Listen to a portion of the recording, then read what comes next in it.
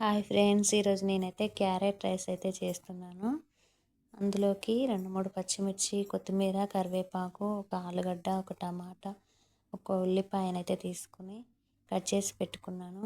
అలాగే క్యారెట్ను కూడా చిన్నగా కట్ చేసి అయితే పెట్టుకున్నాను. పోపు గింజల్ని కూడా తీసుకొని పక్కన పెట్టేసుకున్నాను. స్టవ్ పైన ఒక చిన్న కడాయినైతే పెట్టేసుకొని అందులో కొంచెం ఆయిల్ అయితే వేసేసుకోవాలి. అలా ఆయిల్ వేడి కాగానే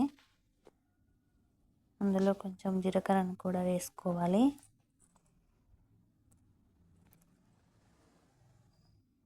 అలాగే ఇప్పుడు ఇందులో ముందుగా తీసుకున్న పోపు గింజల్ని కూడా వేసుకోవాలి.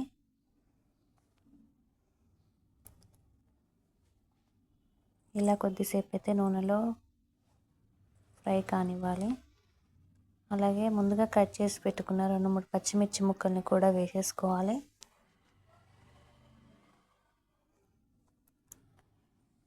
ఇలా కొంచెం అయితే నూనెలో ఫ్రై కానివ్వాలి. అలాగే కట్ చేసి పెట్టుకున్న ఉల్లిపాయ ముక్కల్ని కూడా వేసుకొని కొద్దిసేపు అయితే వేగనివ్వాలి.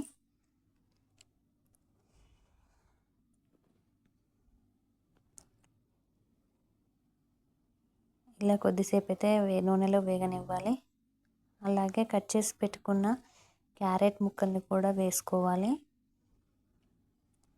అవి వేసుకుని కొద్దిసేపు అయితే ఇలా కలుపుతూ ఉండాలి. క్యారెట్ అయితే కొంచెం పచ్చివాసన పోయేంత వరకు అయితే నూనెలో వేగనివ్వాలి. అలాగే కొంచెం కరివేపాకు నువ్వు కూడా వేసుకొని కలుపుకోవాలి.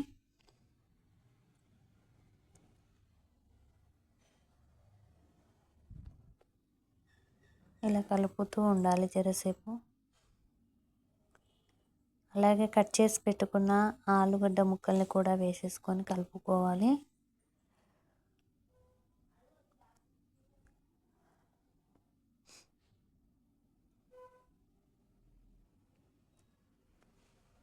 ఇలా కలుపుకొని ఒక 5 మినిట్స్ అయితే నూనెలో ఉడకనివ్వాలి.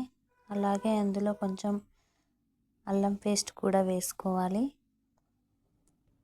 అల్లం పేస్ట్ వేసుకున్న తర్వాత కూడా ఇలా కొంచెం కలుపుకోవాలి.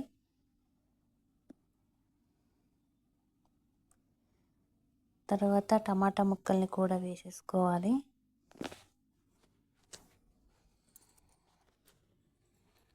టమాటా వేసుకున్న తర్వాత కూడా కలపాలి కొంచెం.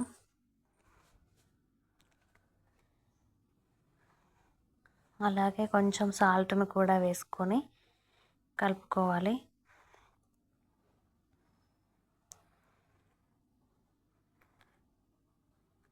ఇలా కొంచెం కలిపిన తర్వాత మళ్ళీ కొంచెం సరిపడేంత పసుపును కూడా వేసుకొని కలుపుకోవాలి.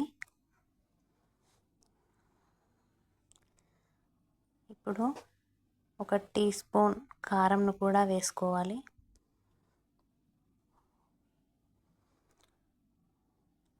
వేసిన తర్వాత కూడా ఇలా కలపాలి.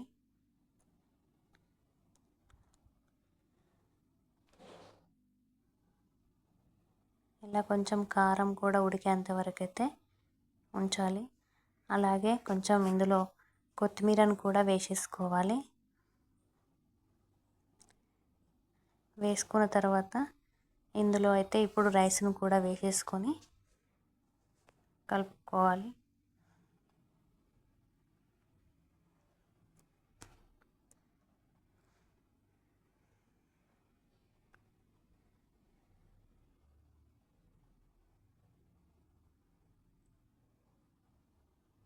రైస్ను వేసిన తర్వాత అన్నీ కలిసేంత వరకు అయితే ఇలా కలుపుతూ ఉండాలి.